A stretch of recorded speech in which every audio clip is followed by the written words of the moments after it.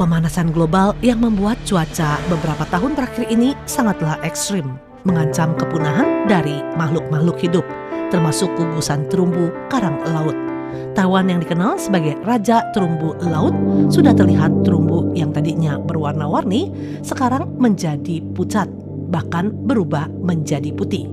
Kondisi seperti ini mulai terlihat di mana-mana karena suhu air laut rata-rata menjadi 30 Celcius yang memperburuk ekosistem laut.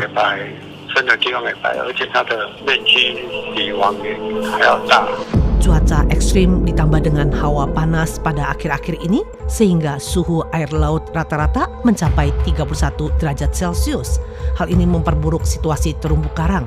Pakar berharap dengan datangnya hujan dan angin taifun dapat menurunkan suhu, dengan demikian dapat menolong terumbu laut. Penelitian sisa salju abadi di Puncak Jaya, Indonesia merupakan bagian dari penelitian tutupan salju di pegunungan tropis dunia. Selain di Papua, tutupan salju di pegunungan tropis juga terdapat di Afrika dan Peru. Tim peneliti sebagai bagian dari sistem hidrologi, kehilangan salju di Puncak Jaya bisa jadi mengancam sumber air masyarakat di pegunungan Jayawijaya. Kondisi salju abadi Jayawijaya yang kritis jelas merupakan dampak global penggunaan energi fosil yang masif sejak revolusi industri yang terus memicu pemanasan global. Salju di Puncak Jaya merupakan salah satu kebanggaan Indonesia. Ironisnya, kitalah yang akan menyaksikannya punah dan menjadi sejarah. Tim Liputan CNN Indonesia. National Aeronautics and Space Administration atau NASA menghitung lapisan es yang terus mencair di Antartika. Pemanasan global membuat benua di kutub selatan ini kehilangan ratusan miliar ton esnya setiap tahun.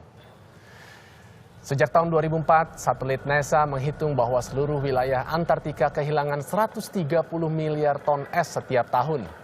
Bobot es yang mencair lebih daripada 356 ribu bangunan Empire State atau cukup mengisi lebih dari 1,3 juta kolam renang ukuran Olimpiade. Menurut peneliti British Antarctic, 97% semenanjung Antartika masih tertutup es. Namun jumlah yang kecil tersebut sudah cukup membuat kenaikan permukaan laut yang signifikan. Pemanasan global membuat permukaan laut mengalami kenaikan yang signifikan. Dan hal ini juga berdampak pada perekonomian kota-kota besar di dunia masa depan. Jika lapisan es Antartika terus mencair, para peneliti mengatakan beberapa dekade mendatang, sejumlah kota di dunia akan mengalami kerugian sekitar 1 triliun dolar Amerika per tahunnya karena banjir. Lapisan es Greenland yang mencair dengan cepat akibat perubahan iklim dapat mengakibatkan kenaikan permukaan air laut global. Melansir dari Al Jazeera, mencairnya lapisan es zombie Greenland akan menaikkan permukaan laut global setidaknya 27 cm cm atau 10 inci, 2 kali lipat lebih tinggi dari perkiraan sebelumnya. Berdasarkan jurnal studi Nature Climate Change, kenaikan air laut dapat mencapai 78 cm. Sementara pada tahun lalu, panel antar pemerintah tentang perubahan iklim, IPCC, memperkirakan permukaan laut naik 6-13 cm akibat mencairnya es Greenland di tahun 2100. Ahli glasiologi menyatakan terlepas dari polusi bahan bakar fosil di masa depan, pemanasan global saat ini akan menyebabkan lapisan es Greenland menumpahkan 3,3% dari volumenya, mendorong permukaan laut naik hingga 27,4 cm. Terus sekali, 5 tahun sejak fenomena El Nino terakhir, anomali iklim di Pasifik Selatan kembali mengancam situasi cuaca dunia. Tahun ini diprediksi dampak dari El Nino akan mencapai puncaknya pada bulan September.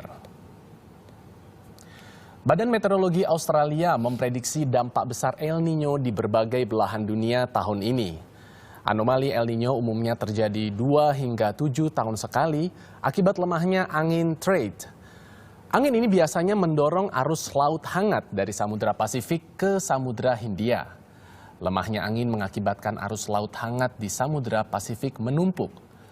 Hal ini membawa perubahan angin serta curah hujan ke seluruh dunia. Akibatnya bencana banjir di Peru dan Ekuador juga meningkat, serta kemungkinan taifun di area sekitar Jepang dan Korea.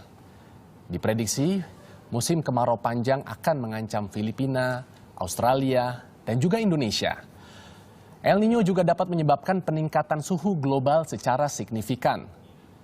Dan saat ini, El Nino masih dalam tahap awal perkembangan dan diduga akan semakin kuat menjelang September mendatang.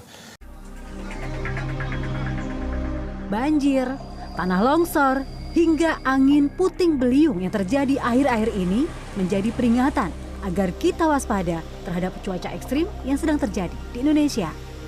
Dikutip dari laman bmkg.go.id, fenomena ini merupakan dampak La Nina. Berbeda dengan El Nino yang dikaitkan dengan pemanasan di Pasifik tropis bagian tengah dan timur, La Nina atau La Nina event merupakan anomali sistem global, di mana ada pendinginan yang tidak biasa dengan suhu melebihi minus 0,5 derajat Celcius di area yang sama dengan El Nino. Akan tetapi, kondisi topografi di Indonesia yang berbeda-beda membuat dampak La Nina di Indonesia tidak seragam di seluruh wilayah. Bulan November, Anda yang berada di wilayah Sumatera akan merasakan puncaknya. Sementara Kalimantan bagian timur, Sulawesi, Maluku, Maluku Utara, hingga Papua akan alami puncaknya pada Desember 2020 hingga Februari 2021. BMKG juga memprediksi fenomena La Nina akan terjadi hingga Maret 2021.